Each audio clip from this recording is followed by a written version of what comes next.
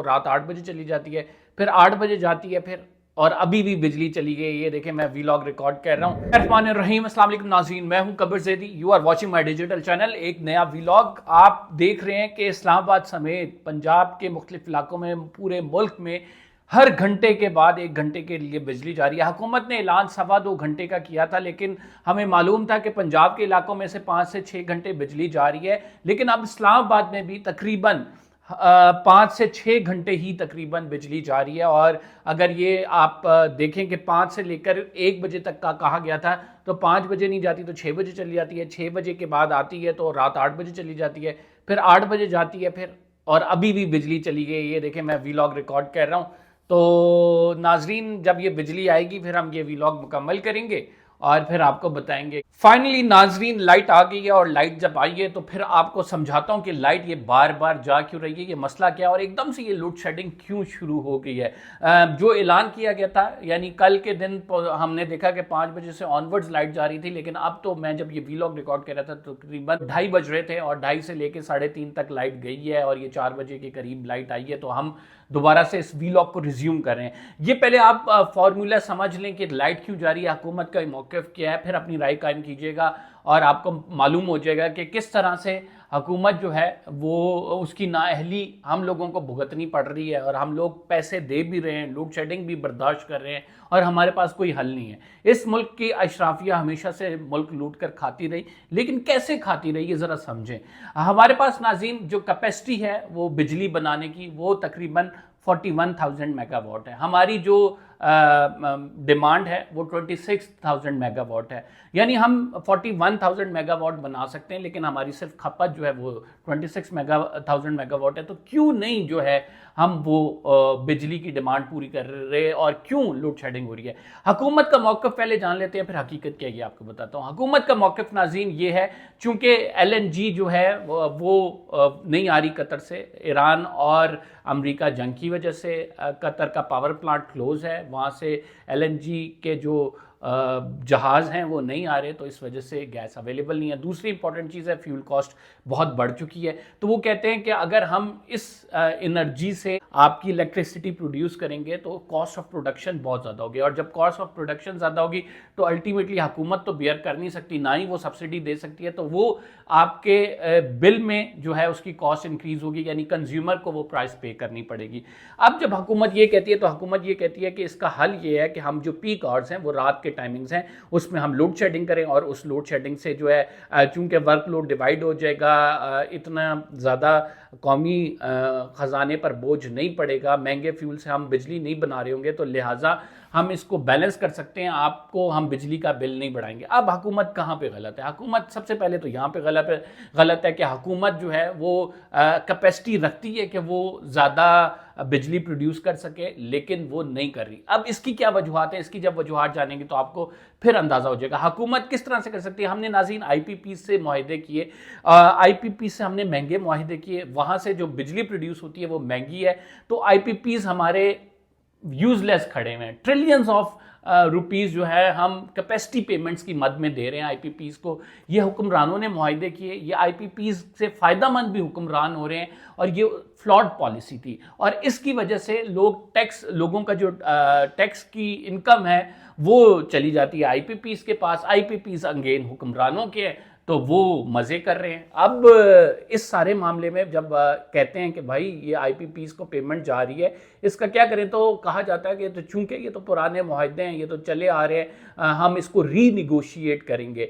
नाज़रीन, ये इनके IPPs के साथ जो मुआहदे हुए थे वो ये हुए थे कि ये पावर प्लांट चाहे बिजली बनाए ना बनाए, हमने इसको कैपेसिटी पेमेंट करनी है, और ये चूंकि इसमें इंटरनेशनल गारंटीज़ भी शामिल थी, इसमें पेमेंट्स मेथड शामिल थे, इस वजह से हमें उसकी पेमेंट करनी है। फिर दूसरी चीज़ हुक्मरानों की गलती है, हमारा सर्कुलर डेट नाज़रीन 1 ट्रिलियन पे चला गया। ये 2006 से पहले हमारा कोई सर्कुलर डेट नहीं था। सर्कुलर डेट में पावर लॉसेस आते हैं, बिजली चोरी आती है, लाइन लॉसेस आते हैं, मुख्तलिफ चीज़ें आती हैं, तो ये 2006 से पहले हमारा नहीं था, लेकिन 2006 के बाद जो है 2 ट्रिलियन टू 3 ट्रिलियन जो है बताया जा रहा है कि ये अब हमारा सर्कुलर डेट है।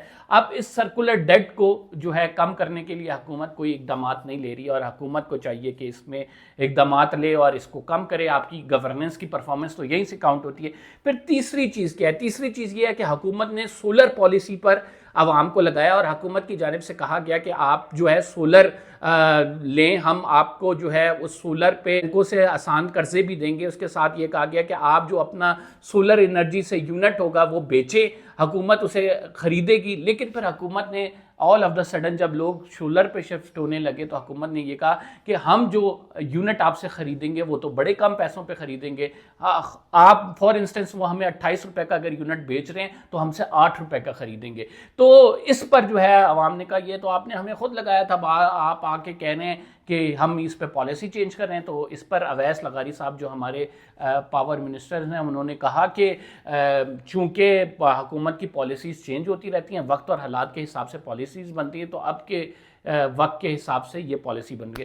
तो शेयर निगलिजेंस आप इसे कह सकते हैं जो हुकूमत की जानिब से दिखाई जा रही है, जिसकी वजह से पावर आउटेजेस जो हैं वो बढ़ते जा रहे हैं, और मुझे और आपको इसका खमियाजा भुगतना पड़ रहा है। अब देखें, इलेक्ट्रिसिटी नहीं होगी, आपकी इंडस्ट्री नहीं चलेगी, इंडस्ट्री नहीं चलेगी, बिजनेस नहीं आएगा, एक्सपोर्ट्स नहीं बढ़ेंगी, एक्सपोर्ट्स नहीं बढ़ेंगी तो आपका जो करंट अकाउंट डेफिसिट है वो बढ़ता जाएगा, आपके फॉरेन रिजर्व एक्सचेंज रिजर्व्स जो हैं वो नहीं बढ़ेंगे। जब फॉरेन एक्सचेंज रिजर्व्स आपके नहीं बढ़ेंगे तो अल्टीमेटली रुपी उसकी वैल्यू डेप्रिशिएट होगी। जब रुपी की वैल्यू डेप्रिशिएट होगी तो इन्फ्लेशन इंक्रीज होगी, और वही महंगाई जिसका हम रो रहे हैं वो आपको भुगतनी पड़ रही है। तो ये सारा वो फिनोमिना है जो हुकूमत वक्त इस टाइम जो कहते थे मियाँ नवाज शरीफ ने जो है लोड शेडिंग से आवाम को छुटकारा दिला दिया, और मियाँ मोहम्मद नवाज शरीफ साहब जो हैं वो एक मसीहा हैं जिन्होंने लोड शेडिंग ख़त्म कर ली। तो अब मुश्किल हालात आए, ये हुकूमतों का ये काम होता है कि जो टेस्टिंग टाइम्स होते हैं हुकूमत ने उसमें अपनी परफॉर्मेंस दिखानी होती है, बताना होता है कि हमारी इतनी कैपेसिटी है, ये हमारी कैपेसिटी बिल्डिंग है, ये हमारी स्ट्रेटेजिक रिजर्व है, अगर हम पर मुश्किल आ जाए हम इस तरह से आवाम को रिलीफ दे सकते हैं। फॉर इंस्टेंस मैं आपको एग्जांपल देता हूं, जैसे नॉर्वे में फ्यूल प्राइसेस बढ़ते हैं, और फ्यूल प्राइसेस जब बढ़ते हैं तो आवाम के जो टैंकर्स एसोसिएशन है वो वहाँ पे सड़कों पर निकल कर एहतजाज करती है। जब ये एहतजाज हो रहा होता है तो हुकूमत को रियलाइज़ होता है चूँकि टैंकर्स एसोसिएशन ने एहतजाज किया है, अब हमारे पास कोई हल नहीं है। वो ये करते हैं कि जो पेट्रोलियम लेवी होता है, यानी जो गवर्नमेंट का टैक्स होता है, वो उस पर कट डाउन कर देते हैं, गवर्नमेंट के टैक्सेस ख़त्म हो जाते हैं। जो 18 नॉक्स से 24 नॉक्स पे LNG गई, वो पेट्रोल गया था, वो दोबारा से 18 नॉक्स पे आ जाता है। तो ये करती हैं तरक्की याफ्ता ममालिक और हुकूमतें, और अनफॉर्चुनेटली हम बहुत शेर हैं, कर्ज मांगने में हम बहुत शेर हैं। 3.5 बिलियन हमने दुबई के वापस किए, लेकिन फिर हमें सऊदीया ने दे दिए, और अब हम बंगड़े डाल रहे हैं कि हमारे पास कर्ज आ गया जी। अब हमारे फॉरेन एक्सचेंज रिजर्व 18 अरब डॉलर पे जा रहे हैं। तो this is a total collapse. आपकी कोई इकॉनमी की पॉलिसी नहीं है, आप इकॉनमी को आगे लेकर बढ़ नहीं रहे, ना कोई फॉरेन इन्वेस्टमेंट आ रही है, आवाम सफ़र कर रही है, पावर आउटेजेस आपके पास हो रहे हैं, फ्यूल यहाँ पे अवेलेबल नहीं है, महंगाई का सामना इधर करना पड़ रहा है, रुपी जो है वो डेप्रिशिएट हो रहा है। तो आप और किस तरह से डिफाइन करेंगे हुकूमत की मुआशी पॉलिसी को? इट्स बीन मतलब, यानी शहबाज शरीफ 2022 से अगर देखें, जो नो कॉन्फिडेंस मोशन के बाद से बाकायदा तौर पर शहबाज शरीफ साहब आए, अभी 2026 आ गया, तो क्या शहबाज शरीफ साहब की कारकर्दगी है? सिर्फ जो भी हुकूमत आती है वो कहती है कि हमने एक वेंटिलेटर से उठा दिया हुकूमत को, अब वो हमने सिर्फ उठा के खड़ा कर दिया, अब उसे सेहतमंद करना बाकी है। तो ये सिर्फ दावे हैं जो बेचे जाते हैं, वो स्लोगन्स जो कि जिनके पीछे हम लग पड़ते हैं, चल पड़ती है आवाम के, नहीं बड़ा ज़बरदस्त हो रहा है। अल्टीमेटली कंडीशन क्या है? मैं और आप सफ़र कर रहे हैं डिस्पाइट ऑफ द फैक्ट कि हम इतने बिजली के चार्जेस भी दे रहे हैं, इतने बिल भर रहे हैं, इसके बावजूद जो है कुर्बानी का बकरा आवाम को बनाया जा रहा है, और जो हुक्मरानों की गलत पॉलिसीज़ हैं उसका खमियाजा जो है वो भुगतना पड़ रहा है। तो ये कब तक जारी रहेगी? देखिए, जब तक ये हमारे पास LNG नहीं आती, अब LNG वहाँ पर जो जंग की वजह से है वो फोर्स मेजोर है, उसके अलावा वहाँ से जो LNG प्लांट है वो डैमेज भी हुआ है, 3 से 4 साल उसको रिपेयर करने में लगेंगे। लेकिन फिर भी जब ये जंग ख़त्म होगी तो LNG अगर आएगी तो वो हमें महंगी प्राइस में मिलेगी। फ्यूल जब मार्केट को आते आते डाउन टाइम लगेगा, तो टिल देन अभी गर्मियों में आपको ये मेरा ख्याल से तो लोड शेडिंग बर्दाश्त करनी पड़ेगी। अवैस लगारी साहब आके जितनी मर्जी एक्सप्लेनेशन दें, लेकिन अल्टीमेटली आप आवाम का खून चूस रहे हैं और आवाम को ही तकलीफ पहुंचा रहे हैं। यानी टैक्सेस भी हमसे ले रहे हैं, लोड शेडिंग भी हमने बर्दाश्त करनी है। इनका कारोबार तो चल रहा है लेकिन हमारा कारोबार नहीं चल सकेगा, क्योंकि लोड शेडिंग हो रही होगी तो कैसे लोग कारोबार चलाएंगे। तो ये इस मुल्क की कहानी है और ये इस मुल्क का अलमिया है, जिसके बायस जो है वो मैं और आप सफ़र कर रहे हैं। दूसरी स्टोरी पे मूव ऑन करते हैं। वेरी क्विकली आपको बता देता हूँ कि फील्ड मार्शल जो हैं इस टाइम ईरान में मौजूद हैं। बहुत सारी चीज़ें जो हैं उन पर इत्तफाक हो गया है और कहा यह जा रहा है कि अमेरिका और ईरान के दरमियान मुआहिदा बहुत जल्द हो जाएगा और इस मुआहिदे के कार ख़ास जो हैं इस मुआहिदे को मंतकी अंजाम तक पहुँचाने वाले वो जनरल नासिर मुनीर है। इस टाइम वो मोहसिन नकवी के साथ जो है ईरान में मौजूद हैं और एक्सपेक्ट ये किया जा रहा है कि यूएस की जानिब से कोई मैसेज था वो देने जो है वो ईरान को गए हैं। और इस टाइम पे बातचीत ये हो रही है कि न्यूक्लियर जो प्रोलिफिकेशन है वो कितने साल तक रोकी जाए, वहाँ पे इख्तिलाफ आ रहा है। साथ में ये बात हो रही है कि आप नाए हुरमज़ खोली जाएगी, उसका मैकेनिज़्म क्या होगा। साथ में ये बात की जा रही है कि ईरान जो है वो अपने हथियारों को किस तरह से जो लॉन्ग रेंज मिसाइल्स हैं उन पर किस तरह से कैप लगाएगा, किस तरह से उनकी रेंज को कम करेगा, किस तरह से उनकी प्रोडक्शन को कंट्रोल करेगा, इस पर भी बात हो रही है।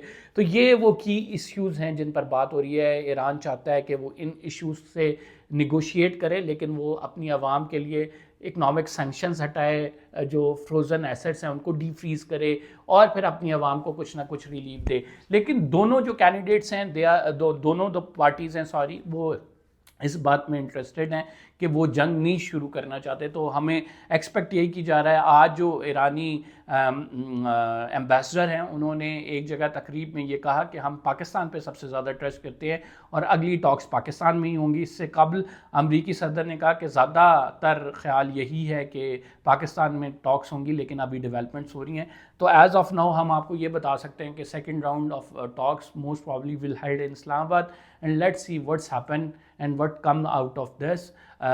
फ़िलहाल के लिए इतना ही। कमर ज़ैदी को इजाज़त दीजिए। अगले व्लॉग में कुछ मज़ीद चीज़ें आपके साथ शेयर करेंगे, जो भी इश्यूज़ होंगे। अल्लाह निगहबान।